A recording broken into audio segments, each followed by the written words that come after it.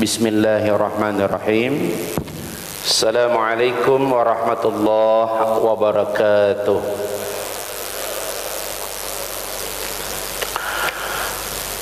Alhamdulillahi rabbil alamin, wal aqibatu lil muttaqin, wala udwana illa 'alal zalimin. Ashhadu an la ilaha illallah wahdahu la syarika lah, wa ashhadu anna Muhammadan abduhu wa rasuluhu la nabiyya ba'dah. Allahumma fassalli wa sallim wa barik ala Muhammad wa ala alihi wa ashabihi wa man tabi'ahum bi ihsan ila yaumil qiyamah wa ba'd. Faqala ta'ala ya ayyuhalladzina amanu taqullaha haqqa tuqatih wa la tamutunna illa wa antum muslimun. Wa qala ta'ala ya ayyuhalladzina amanu taqullaha wa kunu ma'as shadiqin. Jamaah subuh keluarga besar Masjid Jami' Al-Hidayah Bukit Cimanggu City yang sama-sama dicintai Allah Subhanahu wa taala. Kita sudah memasuki alhamdulillah pekan pertama pada kalender Jumadil Awal. Jumadil Awal, Jumadil Akhir, Rajab, Sya'ban menuju Ramadan. Ramadan ya, Ramadan masjid yang lain sudah menghubungi Ustadz hari kesekian tarawih. Masya Allah, yakin benar mereka ya. Jadi Ramadan itu jatuhnya 14 April. Masya Allah. Ini Al-Hidayah selain punya PR besar, cita-cita besar, semangat besar ya, memulai renovasi total pembangunan ya markas Islam ya Masjid Raya Al-Hidayah, tapi juga harus fokus menyiapkan kita semua menuju Ramadan 1442 Hijriah. Mudah-mudahan semuanya sehat walafiat ya. Kalau kita sehat, ada umur, mudah-mudahan insyaallah. Pada KM ya, pada KM tenang-tenang. Ketua panitia yang bingung ini, masya Allah ya, masya Allah. Tenang aja Pak ya. Ini rumah Allah, Allah yang akan menyelesaikan ya. Kita cuman ikhtiar insya Allah. Sudah berapa miliar masuk? Ini harus tiap pekan ustadz-ustadznya harus mengingatkan jamaah ya. Kita ada proyek besar ya. Berderma, berinfak di masa-masa sulit pahalanya berkali-kali lipat dibandingkan di masa-masa normal. Nah, ini rekamannya harus disebarin ini ya, Masya Allah. Karena ini tanggung jawab besar kita. Oleh karena itu pagi hari ini rangkaian tema kita tentang gejolak rasa di tengah pandemik, kita akan membahas satu tema terkait dengan ini. Judulnya antara emosi dan harta. Menarik ini ya. Antara emosi dan harta. Apakah ada pengaruh? Apakah ada kaitan ya? Bainas su'ur wal mal ya. Antara ini kantor berita ya. Emosi dan harta. Masya Allah. Ini dia Pak. Apakah ada kaitan emosi dan harta? Bapak-bapak, apakah perasaan kita dipengaruhi oleh harta? Bapak-bapak, ini ngaji kalau tanggal begini memang nggak respon ya, Masya Allah. Tanggal berapa ini? Berapa? 18 19. Aduh, kering banget ya. Lihat diksi yang sudah paten di masyarakat. Ada uang abang sayang. Nggak ada uang, abang. Nah, ini berarti banyak kasus di sini ya. Ada yang jawab ditendang, melayang ya. Harusnya kalau di masjid yang lain sudah dijawab, ada uang abang sayang, nggak ada uang abang tetap disayang. Itu berarti sudah normal, Pak. Ya, sekarang masalahnya new normal ya, Masya Allah. Saya nggak tahu itu, jawabannya beda-beda. Di sebelah sini bilang ditendang, di sini dibilang melayang. Itu sesuai dengan fakta masing-masing ya, Masya Allah. Itu diksi menunjukkan bahwa memang emosi itu dipengaruhi oleh harta. Ya, saya sering bilang orang takbir aja beda, Pak. Takbir itu kalau tanggal-tanggal muda jelas Allahu Akbar, mantap. Tapi kalau tanggal-tanggal tua takbirnya Allahu Akbar, Masya Allah. Mana lebih terasa? Tanggal tua, Masya Allah. Jadi Bapak-bapak, harta itu mempengaruhi emosi ya. Harta itu mempengaruhi emosi. Lihat fakta berikutnya. Di dalam Al-Quran kata harta, kalau ini kita ini dulu ini ya. Nih. Jadi mal ya, yamil. Kemudian mailan. Apa artinya? Condong.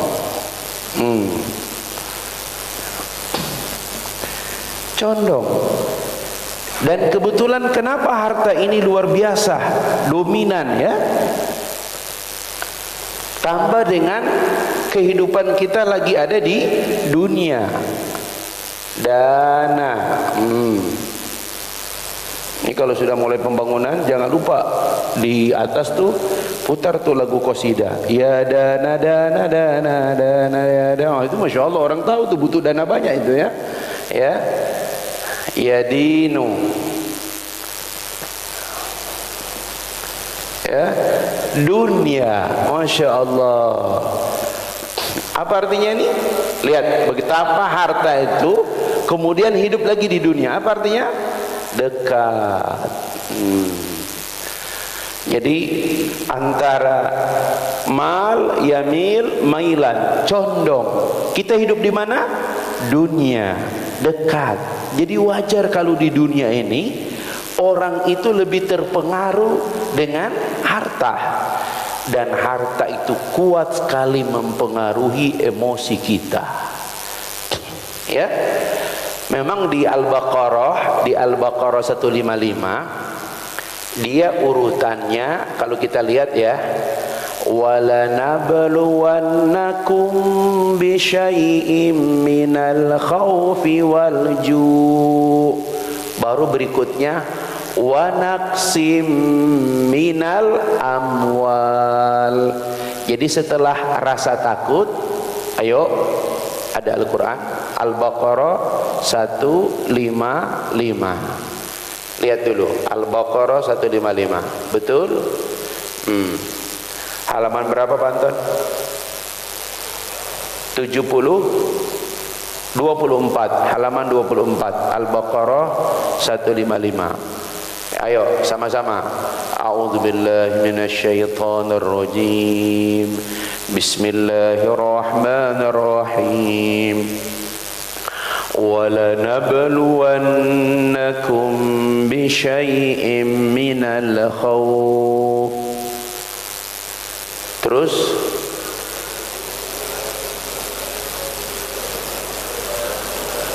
وَالْأَنفُسِ وَالثَّمَرَاتِ وَبَشِّرِ الصَّابِرِينَ.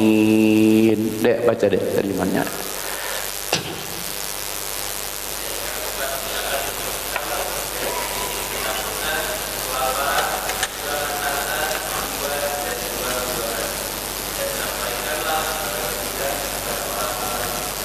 Walanabluwannakum bisyai'in. Satu minal khauf. Nomor satu itu rasa takut Pak. Rasa takut itu nomor satu. Apapun ujian, kalau tidak ada rasa takut, no problem. Tapi sekecil apapun ujian, kalau ada rasa takut, wah itu mengkhawatirkan. Ya. Yang kedua, kelaparan. Inilah dua pokok. Suami, pemimpin harus memastikan orang yang di bawahnya aman dan kenyang. Aman makanan, dua pokok ini. Baru yang ketiga, wa naqsim minal amwal, kekurangan harta. Jadi harta itu punya daya pengaruh pada emosi. Makanya Allah Subhanahu wa taala menguji seseorang itu salah satunya dengan kekurangan harta. Ya. Betul, harta bukanlah segala-galanya. Tapi zaman sekarang hampir semua hal berkaitan dengan harta. Ya. Tapi saya masih menyaksikan beberapa orang tuh tetap punya idealisme, bertahan. Ya. Angkatan 98 sama-sama diajak, ditawarin jabatan ini, jabatan itu. Tidak, Ustaz. Masya Allah, luar biasa. Hidupnya kesulitan, ya, pas-pasan. Gak apa-apa Ustaz, saya sudah tobat, gak mau lagi. Diajak, gak mau lagi. Padahal teman-temannya komisaris, ya. Karena yang paling banyak komisaris sekarang itu angkatan 98, ya.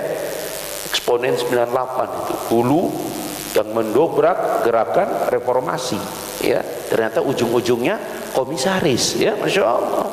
Begitu. Bahkan sekarang gerakan mahasiswa tanda petik dipasung, ya, nggak bisa lagi berbuat apa-apa. Kenapa? Ujung-ujungnya komisaris. Ya, ini berat. Ya, cobaan seperti ini, apalagi di masa-masa sulit, Pak. Harta itu luar biasa, Pak. Ya, saya mau coba Bapak-bapak sebutkan minimal dua kata. Minimal dua kata. Apa yang Bapak komentari kalau misalnya Bapak pulang dari masjid ini, di rumah ada sekitar 10 koper. Kan kemarin di Kemensos itu sekitar 9 koper, ya, Masya Allah, ya. Ya, koper sedang isinya uang pecahan 100.000, total 10 miliar. Apa yang Bapak komentari kalau lihat ada uang begitu di rumah? Gak usah tanya dari mana, itu halal. Kira-kira apa yang pertama Bapak pikirkan? Masya Allah, takbir. Itu karena di masjid. Tapi kalau sampai di rumah ada duit begitu, Masya Allah. Dan jelas, nah, Pak dosen kira-kira apa yang dipikirkan? Kalau Pak Ketua DKM bawa ke Al-Hidayah, sama? Ikut. Oh gitu, Masya Allah.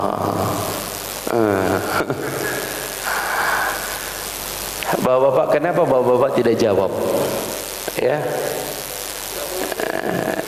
Itulah sebabnya Allah juga nggak mau ngasih mungkin sama bapak. Mimpi hari ini, kenyataan hari esok. Begitu orang beriman, yakin. Oh gitu ya, Masya Allah.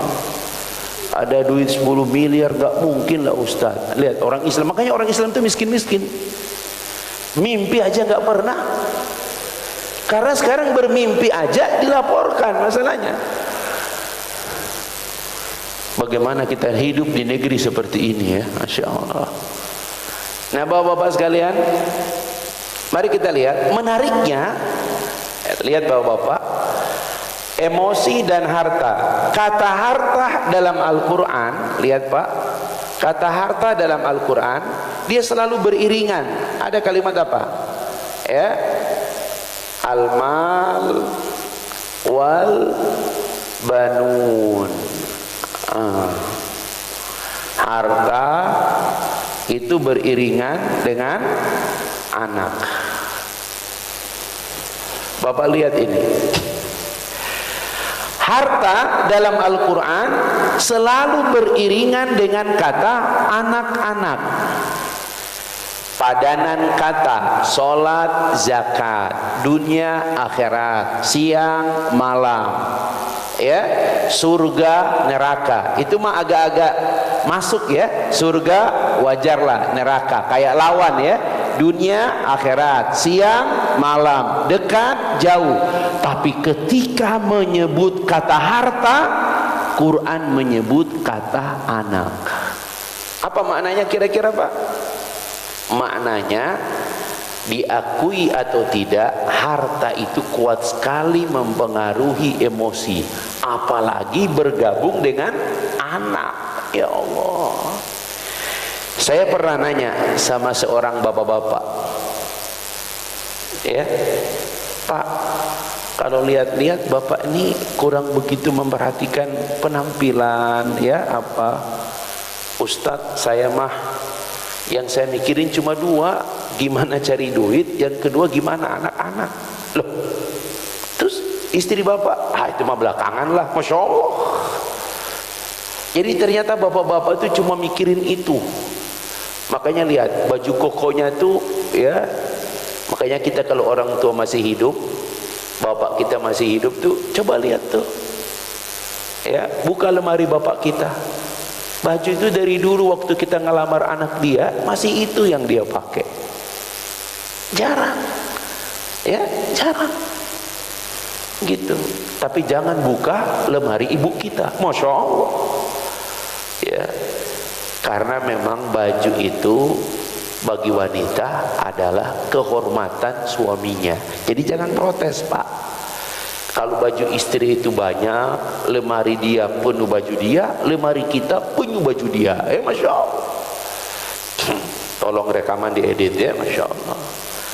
Gitu ibu-ibu, karena baju dia itu kehormatan bagi suaminya. Nanti kalau itu terus kata orang, siapa sih suaminya? Pelit amat, Masya Allah. Itu luar biasa Pak ya. Gitu. Karena ibu-ibu itu kalau udah 2 kali pakai baju, apa kata dia? Ayah, janganlah pakai itu, tapi itu masih bagus. Nanti orang bilang itu lagi, Masya Allah. Makanya nambah lagi ya. Padahal sebenarnya nggak ada orang yang merhatiin, perasaan aja sebenarnya itu. Jadi bapak-bapak ya, mari kita lihat di Quran kata harta dipadankan dengan kata anak. Apa maknanya? Coba dalam hidup kita sebagai seorang pria atau seorang ayah, ada nggak yang paling kuat mempengaruhi emosi kita? 2 bab ini Pak. Ini kita kalau anak lagi sakit, bawaannya gimana tuh? Lagi sholat aja mikirin, ya Allah, ya Allah, ya. Ada jamaah kita ini, satu keluarga di BRP, pengurus masjid. Jaraknya cuma sekitar 8 rumah dari masjid. Ini kayak masjid, nah jalan utama itu tuh satu rumah tuh, suami istri kena, anak-anak kena. Masya Allah. Semuanya lagi diisolasi di rumah sakit. Kalau sudah rumah sakit isolasinya, berarti ada catatan ya. Biasa kalau cuma di rumah atau di BNN, sekarang BNN juga ada penuh Pak ya. Sekarang gor mau ditata, kemudian pasang sekat-sekat untuk isolasi mandiri pasien terpapar corona. Jadi ini kita ini lagi tinggi-tingginya ini ya. Tapi justru di tengah tinggi-tingginya inilah kita dituntut supaya bisa keluar dari jebakan ini. Karena memang harta itu condong ya. Orang condong ya. Makanya bapak-bapak kalau orang mikirin harta itu, ada yang bilang sih wajar Ustadz, ambil 10.000 dari 300.000 satu paket, menurut saya wajar. Setuju tidak?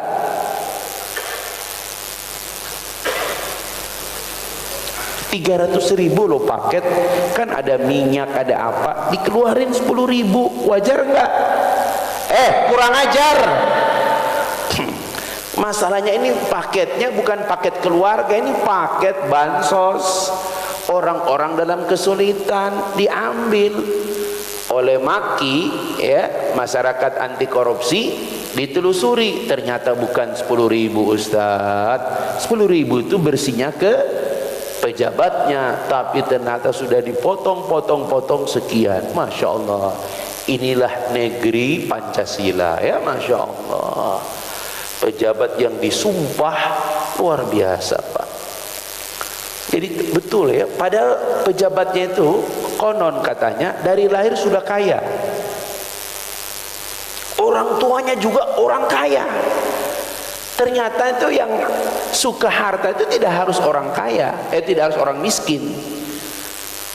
Orang kaya itu Masya Allah, ada yang bilang orang mati aja masih butuh.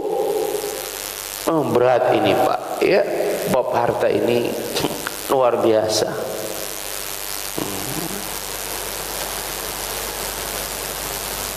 Ustadz Irfan suka ngisi di sini ya. Coba jangan terlalu bicara tentang apalah. Coba beliau suruh ngisi kitab yang ditulis oleh bapaknya. Ya, mana ini Mas Imam? Jadi nggak usah tema-tema terlalu apa. Ngasih tema yang paling dasar. Suruh beliau bahas tentang anta wal mal. Sudah ada kitabnya, sudah diterjemahkan. Anta wal mal. Suruh beliau ngisi itu aja supaya mendorong jamaah ini, karena kita lagi bertarung dengan emosi harta ini. Ustaz cuma pembukaan hari ini ya, supaya kita tahu betapa ya, apa kata ulama tentang harta. Coba kita lihat di kitab itu ditulis, Pak, harta yang kau simpan, lihat kalimatnya, harta yang kau simpan ya, hartamu yang memilikimu. Coba lihat, harta yang kau simpan, maka hartamulah yang memilikimu. Sementara harta yang kau infakkan, itulah milikmu. Masya Allah. Nyambung tidak ini? Ustadz kelihatan berapi-api ya. Harta yang kau simpan, harta yang kau simpan, hartamu itulah yang memilikimu. Tapi harta yang kau infakkan, itulah milikmu. Masya Allah. Boleh ditulis di spanduk Pak ya. Ayo jihad pembangunan markas Islam. Tulis harta yang kau simpan ya. Udah lupa lagi Ustadz ya, tadi apa tuh? Harta yang kau simpan, hartamu yang memilikimu. Harta yang kau infakkan, milikmu. Cuma bolak-balik begitu aja Pak ya, seperti itu. Jadi yang kita simpan itu Pak, bukan kita punya milik, justru harta yang memiliki kita, gitu Pak. Tapi harta yang kita infakkan, itulah milikmu. Jadi Pak, ini penting Pak, supaya jamaah itu. Di saya itu Pak, waktu renovasi masjid dicari hadis Muslim. Oh, itu hadis Muslim sampai sekarang spanduknya masih dipasang. Ya, ingatlah bencana dan musibah jauh dari orang yang suka bersedekah. Cuman itu dikutip riwayat Muslim. Masya Allah, ditaruh di spanduk jalan. Waduh, Masya Allah. Di sampingnya, di bawahnya spanduk itu ada drive thru. Setiap minggu kami buka, isinya paling minimal setiap Jumat dibuka minimal 8 juta. Ya, itu jalan bukan jalan rame kayak ini Pak ya. Jalan kecil biasa, masuk ke dalam kan Masjid Darussalam Taman Cimanggu, tetapi itu dibuka Pak. Pernah sekali kita buka. Ya, sebelum buka kan ada CCTV. Kita buka CCTV, astagfirullahaladzim. Itu kita perhatikan Pak. Dari itu ada satu orang itu hampir tiap hari Pak. Orangnya tidak berjilbab, mobilnya mobil bagus, dan ketika dia tidak turun dari mobil Pak ya, tidak turun dari mobil, karena posisinya itu dia ngambil sebelah kanan, dia naruh begini, kan nggak mungkin nggak turunin kaca ya. Memang dia turunin kaca nggak full, jadi cuma sedikit kelihatan. Wanita tidak berhijab, putih, bening Pak ya. Dan ketika dia begini kelihatan tarikan begini ya. Saudara kita Tionghoa, Masya Allah. Dan nggak pernah ngasih naruh uang di uang, pasti di amplop. Amplopnya kecil, masukin. Karena kalau gede susah masukinnya itu, Pak. Karena kalau gede juga banyak orang bisa ambil, Pak, ya, Masya Allah. Gitu loh, Pak. Masya Allah. Sampai sekarang buka CCTV masih ada. Coba bisa bayangkan. Itu kita rencana mau minta izin, mau dipampang itu, biar orang Islam tuh malu. Mereka saja nggak seakidah, tapi mereka percaya. Namanya bersedekah pasti itu tuh. Innas sadaqah yudhibul bala. Sesungguhnya sedekah itu menangkal bala. Percaya dia. Tinggal syahadat aja belum, ya. Jadi bapak-bapak sekalian, kita lanjut. Ini tentang harta mempengaruhi emosi. Nggak usah jauh-jauh, Pak. Orang rumah itu, Pak, kalau kita habis ngasih duit, Pak, manggilnya, ya Allah, Bang, Masya Allah, ini adanya enak gitu. Abang mau makan apa? Baru habis itu berduit. Coba udah kering-kering, Bang, Masya Allah, astagfirullahaladzim.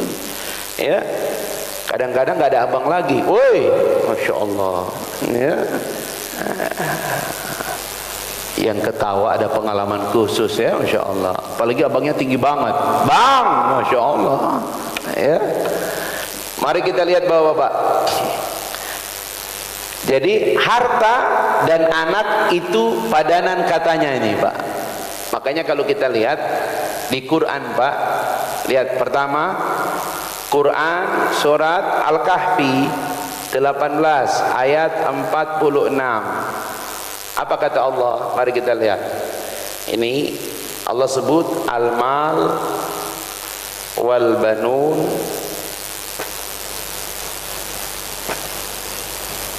disebut dengan apa? Zinatul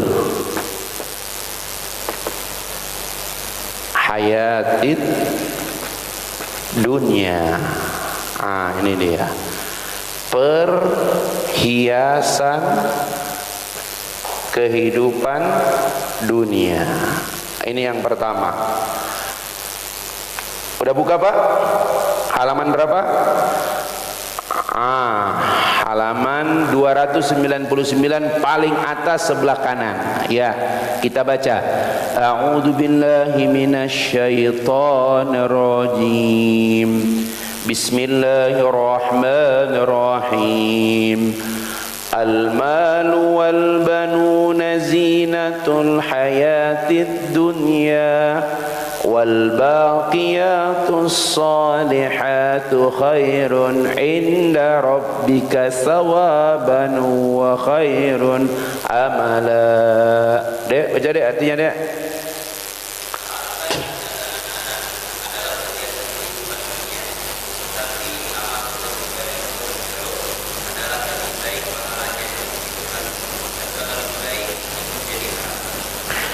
Mari kita lihat, Pak. Yang pertama Allah menyebut dengan istilah zinatul hayatid dunya. Kenapa harta begitu kuat mempengaruhi emosi? Karena harta Allah sebutkan dengan posisi zinatul hayatid dunya. Dia menjadi perhiasan kehidupan dunia. Lifestyle itu sangat tergantung dengan harta. Ya, bapak-bapak, orang berharta itu, Pak, berubah gaya hidupnya. Karena memang begitu, Pak. Bapak bayangkan, Pak, ya, jam tangan 750 juta.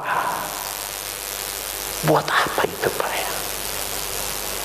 Itu saya yakin kalau dia sholat nggak khusyuk, Pak. Nggak khusyuk, ya. Kan sholat sedekap, kan? Kecuali dia mazhab Maliki. Mazhab Maliki nggak sedekap, Allahu Akbar. Tapi kalau dia mazhab Syafi'i, Hambali, Hanafi, Allahu Akbar. Makanya makruh sholat jam tangan di sebelah kanan.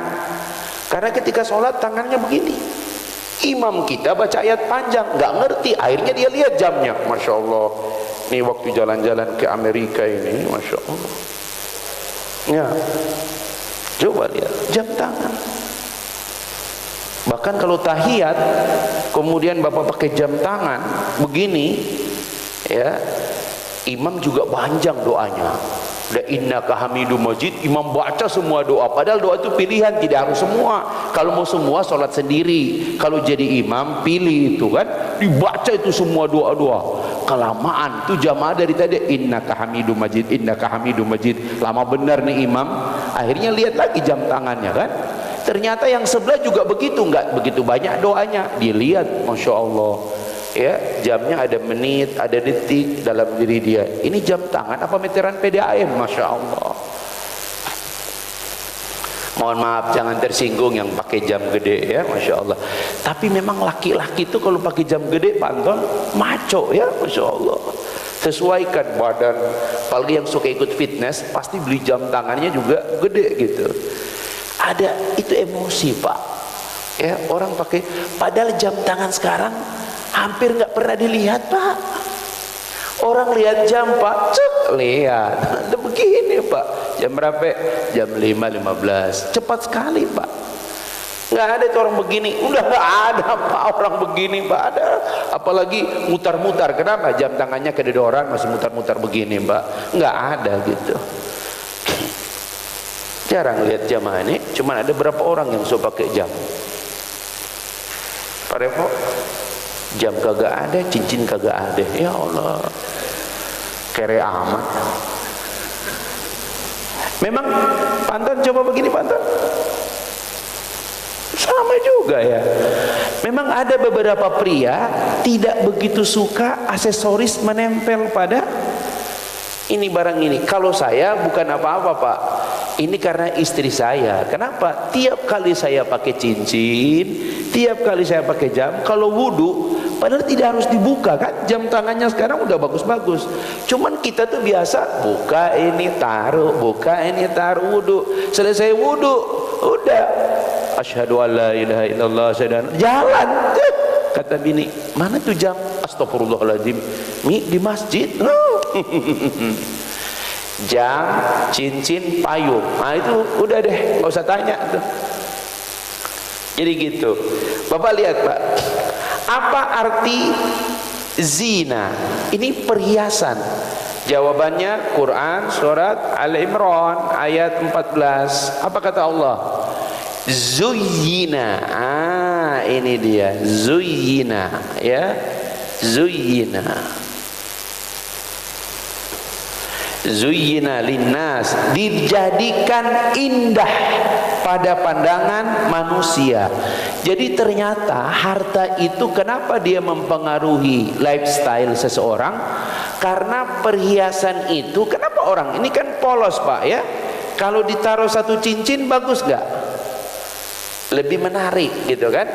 Masih ingat zaman orang sampai depan Indomaret, depan warung itu ngegosok terus tuh. 4 tahun yang lalu ya, Masya Allah, itu luar biasa, Pak. Saya pernah sekali agak malu, Pak, di meja makan, Ustadz kakinya taruh di bawah. Kaki yang mana? Itu Ustadz, ini tangan. Cuma kaki Ustadz yang nggak pakai cincin. Masya Allah, taruh begini, malu benar ya Allah ya. Bayangkan, Pak, ya, ada orang tuh cincinnya Masya Allah ya. Saya kalau ketemu dengan aba-aba tuh mau cium tangan, lihat dulu cincinnya gede enggak. Kalau gede kita cium tangan diginiin sama dia, Masya Allah ya, gitu. Jadi sekali lagi bapak-bapak sekalian ya, zina apa? Dijadikan indah pada pandangan manusia ya. Cuma memang kalau di Al-Imran ini nomor 1 wanita. Makanya iklan itu kenapa selalu pakai wanita? Ini dalilnya. Dijadikan indah pada pandangan manusia. Zuyyina linnas hubbus syahawat minan nisa wal banin wal qanatir minal muqantarah minadz zahaba wal fiddah. Dijadikan indah pada pandangan manusia. Apa itu? Wanita, anak-anak. Berikutnya harta perhiasan, emas dan perak. Itulah sebabnya bapak-bapak ada kuda tunggangan, mobil, ya, kemudian sawah ladang, perkebunan. Tapi apa kata Allah Subhanahu wa taala? Itu hanyalah perhiasan kehidupan dunia. Di Islam tidak boleh ya Pak, kalau orang meninggal kemudian dia bawa ke dalam kubur itu cincin emas, harus dibuka. Tidak boleh ikut dikuburkan dengannya. Beda dengan keyakinan yang lain. Makanya tidak sedikit ada banyak kasus kuburan orang-orang tertentu suka dibongkar. Kenapa? Mereka tahu tuh cincin yang nempel di, Masya Allah. Di kita tidak boleh Pak, harus saat dimandikan, maka orang yang tahu hukum dia minta izin kepada kerabat yang ikut memandikan, mohon maaf cincinnya harus dibuka. Makanya kalau bapak, orang tua, saudara yang meninggal harus ada kerabat yang dampingi Pak, ya, supaya tidak ada fitnah, ya, seperti itu. Kalau perempuan juga begitu, ini harus dibuka, harus begitu. Itu karena cincin yang nempel itu dia masuk bagian daripada waris. Semua menjadi harta waris yang ditinggalkan oleh orang yang meninggal. Begitu Pak, seperti itu. Jadi pastikan bahwa Bapak, inilah sebabnya kenapa ibu-ibu kita sekarang di masa pandemik, ya, kita sampai bingung, tiap hari beli bunga, tiap hari beli bunga, ya. Coba lihat naruh depan rumah. Di beberapa negara jarang ada bunga-bunga depan rumah, apalagi di luar rumah, kemudian rumah pakai genteng. Di sana mah rumah segi 4. Kenapa? Setahun paling minimal 4 kali badai. Nggak ada gunanya Pak pakai genteng, pakai segala apa model kayak orang Padang itu, atau di rumah ada, nggak, kotak full. Kenapa? Minimal 4 kali ada badai. Nah kalau rumah-rumah kita model-model begini Pak, ada badai Pak, waduh repot kita. Itulah kita paling nikmat tinggal di Indonesia, Masya Allah, ya. Badai kita paling badai tertentu lah, ya, seperti itu. Ini yang pertama, bahwa Bapak lihat bagaimana benar sekali harta dan emosi itu luar biasa, tarik menariknya cukup kuat. Yang berikut Allah menyebutkan Quran surat 63 ayat 9. Apa ini Ustaz? Kata Allah apa? La tulhikum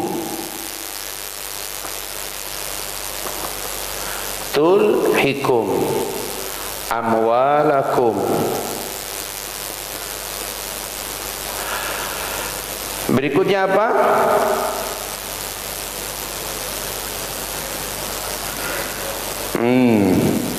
Harta, sumber, kelalaian. Bapak setuju apa tidak? Tapi inilah faktanya. Tidak sedikit orang, ya, tidak khusyuk, tidak tenang karena faktor ini. Makanya Allah Subhanahu wa taala berfirman, ya ayyuhalladzina amanu la tulhikum amwalukum wala auladukum an dzikrillah. Hei orang beriman, jangan sampai harta-hartamu, anak-anakmu melalaikan kamu daripada mengingat Allah. Kalau tadi agak ringan. Hukumnya apa Ustaz? Perhiasan al-ibaha, boleh orang pakai perhiasan. Tapi berikutnya kata Allah, jangan sampai harta-hartamu, anak-anakmu melalaikan kamu daripada mengingat Allah. Kita cari faktanya. Apakah betul harta melalaikan kita daripada mengingat Allah? Mohon maaf ya, mudah-mudahan ini bukan istri-istri kita. Ada sekelompok ibu-ibu lagi keliling-keliling di Tamrin City. Salah seorang ibu berkata kepada teman di sampingnya, Mbak, udah asar belum? Loh, kok asar? Kenapa? Bayangkan, lihat, sudah asar belum? Kayaknya sih mau hampir asar deh. Kita kan belum zuhur. Allahu Akbar walillahil hamd. Jadi sholat zuhurnya itu ukurannya asar. Bapak-bapak hati-hati loh Pak, ada sebagian ibu-ibu yang masih melihat waktu sholat zuhur itu ukurannya sholat asar. Nggak tahu fikih di mana dia belajar ini. Ini kalau sampai ada al-hidayah ibu-ibunya begitu, copot semua tuh ustadz-ustadz yang ngajar itu di ibu-ibu. Ya, coba gitu. Termasuk Ustadz Yasir itu, ya, masya Allah. Gitu. Bayangkan sholat zuhurnya tanya waktu asar. Mbak, udah asar belum? Kenapa? Belum zuhur kita. Ya Allah. Jadi dia kalau mau sholat zuhur itu selalu tanya udah asar belum? Begitu juga kalau mau asar udah maghrib belum? Yang repot tuh kalau mau subuh udah zuhur belum? Inna lillahi wa inna ilaihi rajiun. Subuh jam berapa ya Allah? Coba bapak-bapak sekalian, melalaikan daripada mengingat Allah. Masya Allah. Itulah sebabnya di Tanah Abang tuh, itu hampir setiap lantai ada musola supaya orang tidak dilalaikan. Begitu. Ya, luar biasa pengaruhnya Pak. Ya, luar biasa pengaruhnya. Coba kita jujur, pernah nggak kita sholat seumur hidup sekali saja ingat duit? Sholat ingat duit seumur hidup, pernah nggak? Jawabannya bukan pernah, sering Ustaz, masya Allah. Itulah fakta. Ya, memang bukan duit belanja yang kita ingat, ya Allah ini bayar SPP anak gimana nih ya Allah. Bahkan saya kalau ada model begini nih pembangunan, kebayang juga ya Allah ini gimana cari dananya supaya masjid ini cepat selesai. Ya, ini kelihatan belum karena belum ada bongkaran-bongkaran Pak. Tapi kalau sudah mulai bongkaran-bongkaran, sudah mulai nggak nyaman jamaah, itu dia tuh biasanya astagfirullah Pak Anton, apa sih yang kurang ini? Wow, udah deh, masya Allah.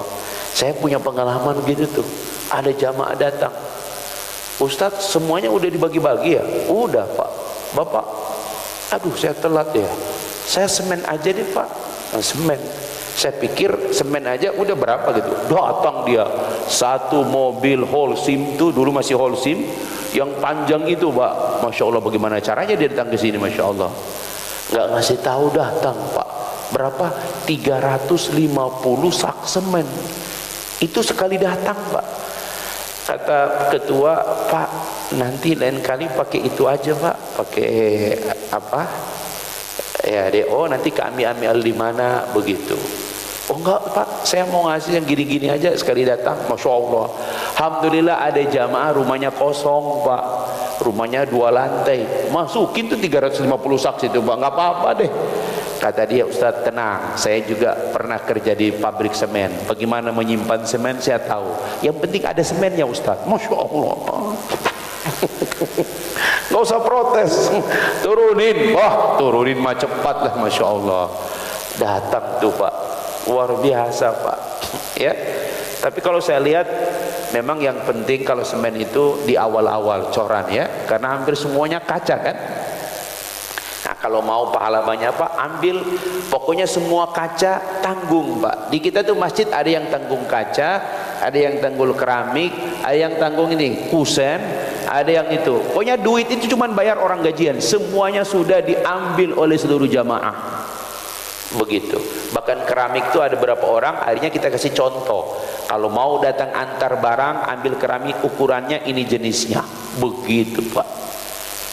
Terakhir ada yang jamaah datang terakhir, memang dia agak telat, gak ngeh kalau masjid lagi direnovasi. Apa kata dia? Apa Ustaz? Bapak gampang Pak, lihat depan tuh masih kosong, mihrab, sound system, atau Bapak pilih karpet. Dia merasa berat kelihatan sound system mihrab, dia pilih karpet. Pas dia nanya, gede juga ternyata Pak.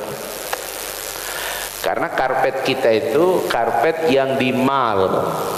Ya, jadi nggak gulung-gulung Pak. Makanya kalau jadi musibah corona gini repot masjid kita, nggak bisa dicabut karpetnya karena udah dilem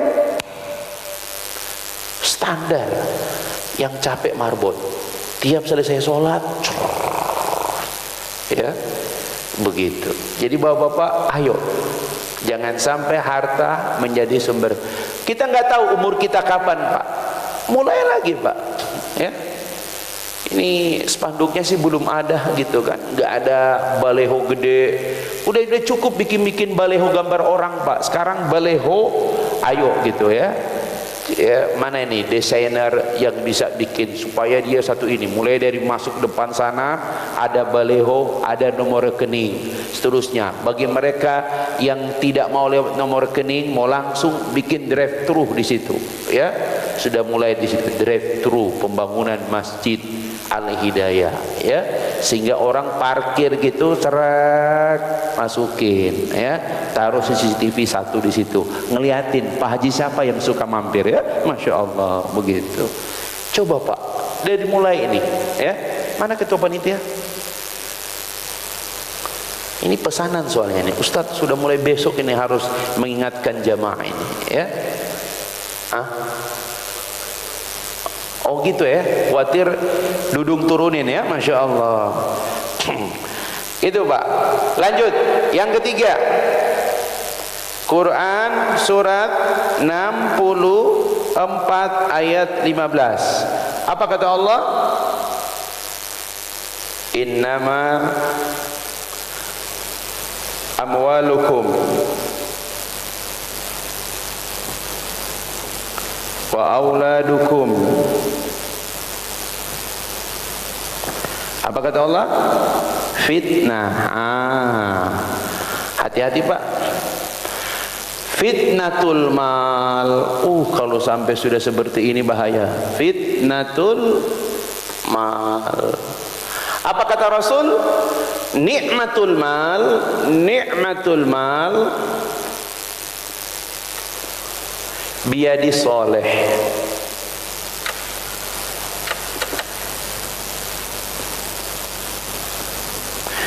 Nikmatnya satu harta kalau di tangan orang soleh. Nikmatul mal biyadi soleh. Nikmatnya harta itu kalau di tangan orang soleh. Kalau tidak, maka harta itu berubah menjadi fitnah. Allahu Akbar. Tidak sedikit keluarga bermasalah.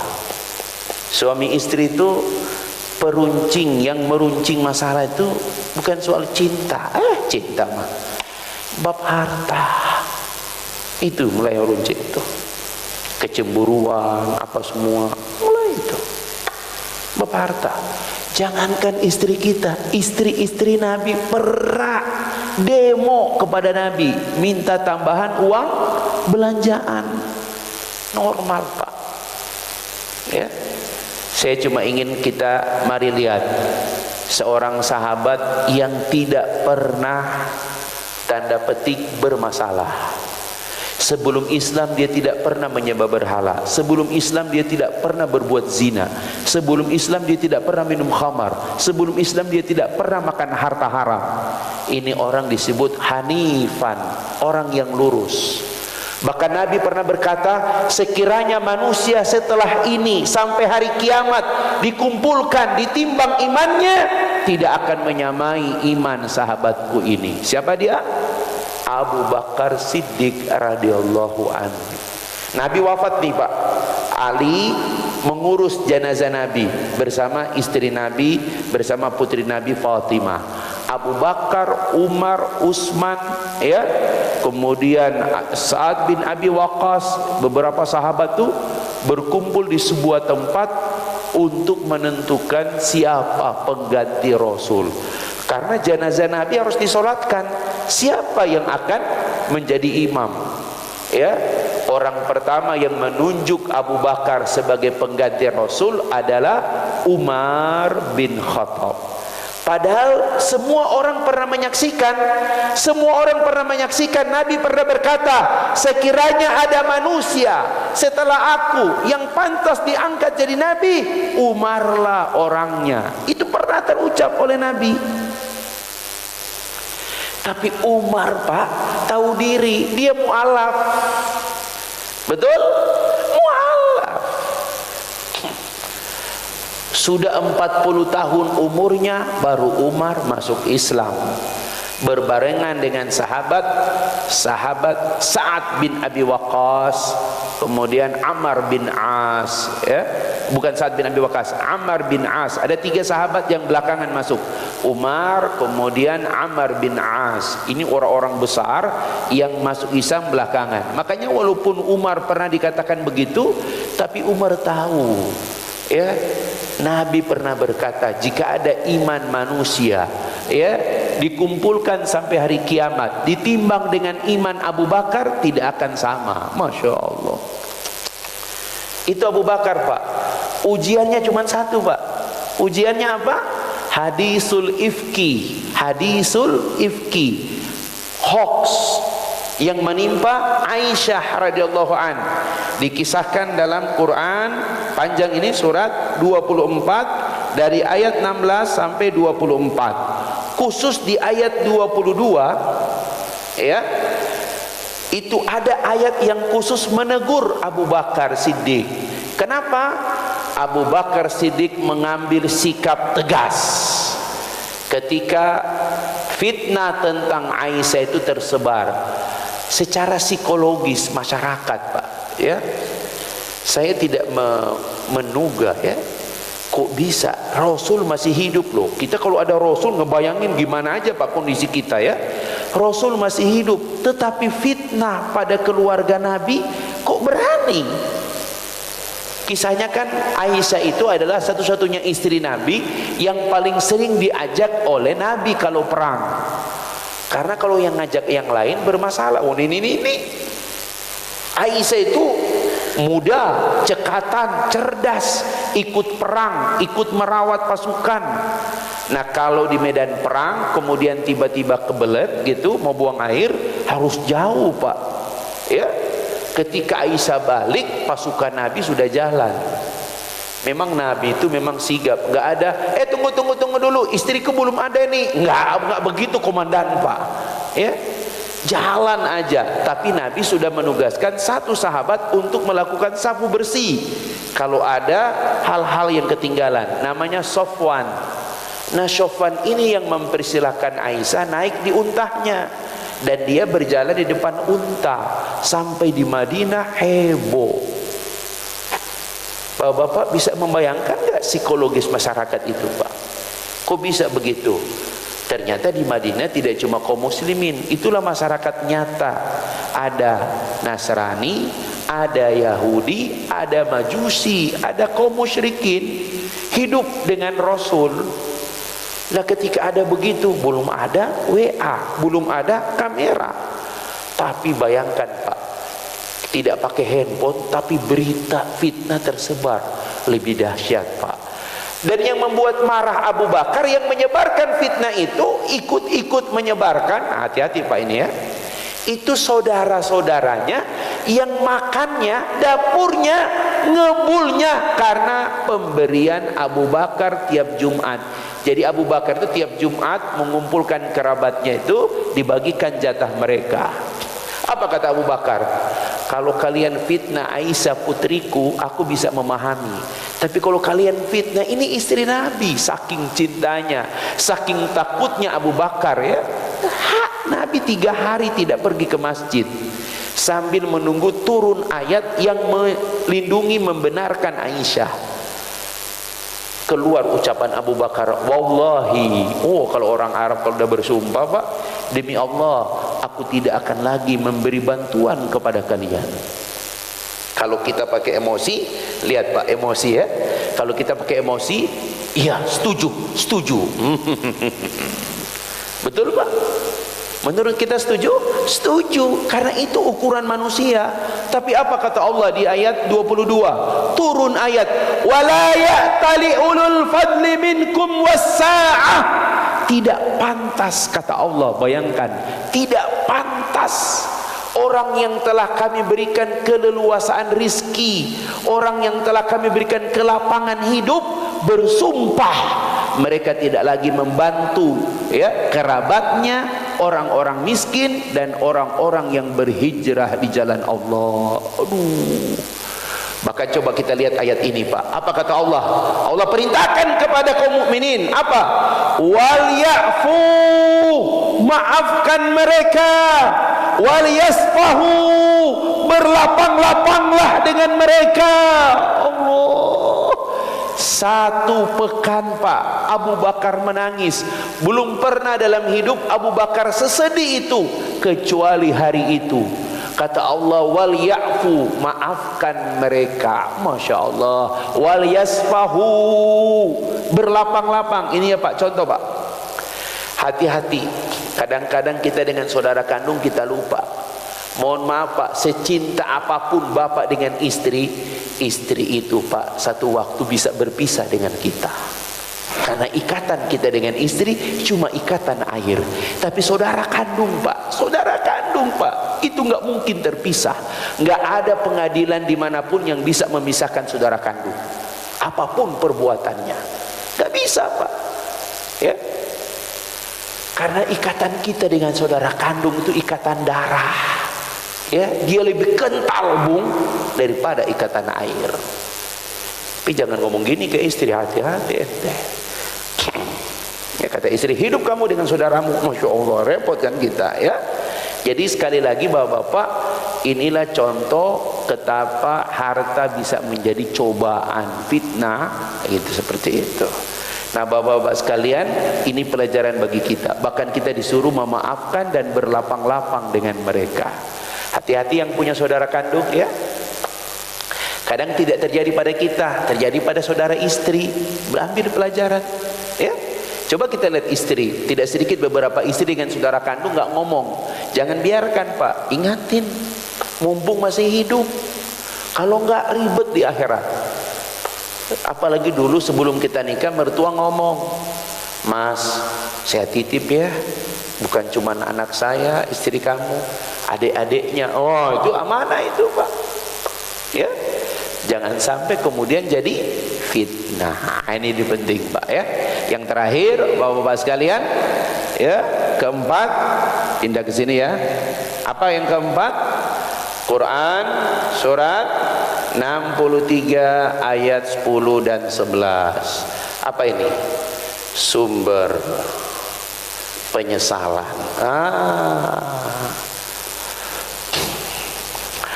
Wa anfiqu mimma razaqnakum min qabli an ya'tiya ahadakumul maut. Allah sudah bilang, infakkan hartamu sebelum datang kematian pada salah seorang di antara kamu. Fayaqula, lalu dia berkata, laula akhartani ila ajalin qarib. Pak, selang sudah masuk di sini, selang semua. Itu kalau bapak bisa dengar apa yang dibisikin Pak, itu cuma satu. Laula akhartani ila ajalin qarib, kalau ajalku ditunda sedikit saja. Apa yang dia ingat? Fa asaddaqa, saya akan kasih Pak Anton, tolong Pak Anton, surat tanah ada, saya tolong itu tanah dijual, bangun masjid. Cuman Pak Anton cuma datang liam gini. Makanya kalau kita datang orang yang berharta sakit, Pak Anton coba tanya, bisi dengar dekat telinga dia, siapa tahu dia mau bisikin sesuatu Pak. Masih ingat nggak dia pembangunan masjid? Siapa tahu, masya Allah gitu kan. Karena ada orang tuh sudah begitu, baru masalahnya dia nggak bisa ngomong lagi Pak. Laula akhartani ila ajalin qarib, kalau sedikit saja ajalku ditunda, fa asaddaqa, saya akan bersedekah. Wa akum minas solihin, saya pasti sedekah.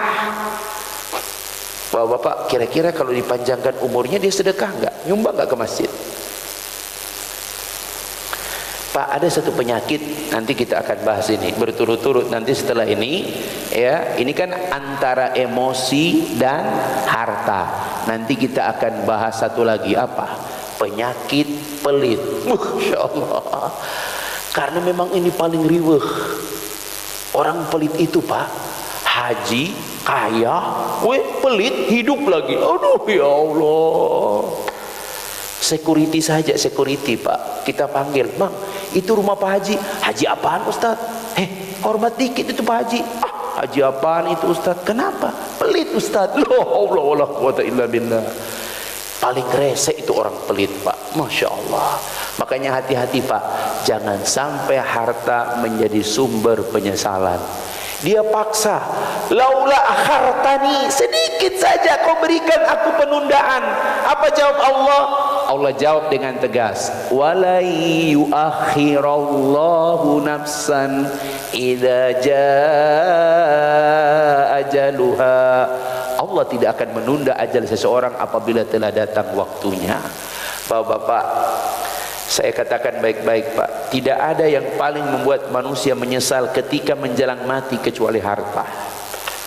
Ini masjid ya, bukan kapan mulai dibangun Ustaz, tapi pertanyaannya kapan kita mulai menabung harta kita sesungguhnya. Harta yang kau simpan, hartamu yang memilikimu, tapi harta yang kau infakkan itulah harta milikmu. Catat baik-baik itu ya, bikin spanduknya, taruh Pak itu supaya orang sadar gitu kan. Karena harta yang dia simpan itu sesungguhnya hartalah yang memilikimu, tapi harta yang kau infakkan itulah harta milikmu, dan itulah yang tidak akan membuat kita menyesal. Mari Bapak-bapak, di tengah masa-masa sulit kita sudah bersepakat ya membangun markas Islam ini luar biasa, dan hanya dengan itulah Ustadz, memang emosi yang akan mendorong orang itu berinfak juga ya. Orang yang paling, makanya jangan tanya sama Rasul kalau soal bab infak. Nabi itu meninggal tidak meninggalkan harta apapun, karena Nabi tidak ingin di hari kiamat ditanya tentang umatnya masih ditanya tentang harta. Makanya Nabi semuanya, apa kata Aisyah ya, Aisyah pernah menyimpan satu waktu 2 potong roti. Kata Rasul, Aisyah, kau udah mau tidur? Ya Rasul. Apa yang kau mau simpan? Ya Rasul, ada 2 potong roti untukmu dan untukku besok sarapan. Apa kata Nabi? Wazir, bagikan. Karena kan di pinggir itu ada sahabat-sahabat, dibagikan. Masya Allah, Nabi tidak pernah menyimpan barang apapun kalau dia mau tidur. Masya Allah. Di kita buka kulkas, kadang-kadang 2 bulan tuh makanan kita nyentuh-nyentuh Pak. Bawa antar ke sini Pak. Ini rumah yang dekat-dekat Pak, Masya Allah. Taruh di sini. Masya Allah, Nabi tidak pernah menyimpan. Itulah yang membuat Musa, Ibrahim, mohon maaf Pak, Musa, Ibrahim, nabi-nabi besar itu, Nuh, itu ketika Mi'raj diperlihatkan, mereka semua salut dengan Muhammad. Seluruh ibadahmu kami lebih banyak ibadah, seluruh amalmu kami lebih banyak amal, tapi ada satu perbuatanmu yang kami belum bisa. Apa itu? Cuma engkau Muhammad kalau tidur tidak menyimpan apapun. Masya Allah. Allahumma salli wa sallim wa barik. Itulah Nabi kita Pak. Semua Nabi Pak mengatakan kami lebih banyak ibadah darimu, kami lebih panjang usia darimu, kami lebih banyak berkorban darimu. Tapi bab satu, bab harta, semua Nabi angkat tangan. Kenapa? Karena Nabi tidak pernah tidur menyimpan harta apapun. Cuma Rasul Pak ya, ketika tidur masih menanya, ya Aisyah, apa yang kau simpan hari ini? Masya Allah. Beda dengan kita. Kenapa kita tidur? Kenapa? Masya Allah, tabungan masih banyak, kulkas penuh. Lihat di dapur tuh, bawang putih 8 kilo, bawang merah 9 kilo, wortel, nggak tahu besok nggak bikin apa-apa. Masya Allah. Itulah hakikat harta. Mari Pak, masjid ini ya, kalau Bapak lihat ini hari Jumat kemarin, Masya Allah, jamaah itu. Kalau kita bangun masjid ini, sebanyak orang yang sholat di sini nih Pak, pahala kita mengalir deras. Allahumma rizqna rizqan halalan tayyiba, wa ilman nafi'a, wa qalban khashi'a, wa amalan salihan mutaqabbala. Allahumma ya Allah, letakkanlah harta di tangan-tangan kami. Jangan engkau letakkan harta di hati-hati kami yang membuat kami berat menginfakkan harta itu. Jangan kau buat harta menjadi fitnah antara kami dengan istri kami. Jangan kau buat harta menjadi fitnah antara kami dengan saudara-saudara kandung kami. Jangan kau buat fitnah harta menjadi fitnah antara istri dan saudara-saudara istri kami ya Allah. Allahumma ya Allah, lapangkan rezeki kami, mudahkan usaha kami ya Allah, angkatlah wabah penyakit dari muka bumi ini ya Allah. Wa na'udzubika minal ghala wal bala wal wabah wa minad darkil asfal ya Allah. Rabbana taqabbal minna innaka antas samiul alim wa tub alaina innaka antat tawwabur rahim. Wa sallallahu ala Muhammadin nabi wa ummi wa ala alihi wa baraka wa sallam bi fadlik. Subhana rabbika rabbil izzati amma yasifun wa salamun alal mursalin walhamdulillahi rabbil alamin. Subhanaka Allahumma wa bihamdik asyhadu an la ilaha illa anta astaghfiruka wa atubu ilaik. Lebih dan kurangnya mohon dimaafkan. Assalamualaikum warahmatullahi wabarakatuh.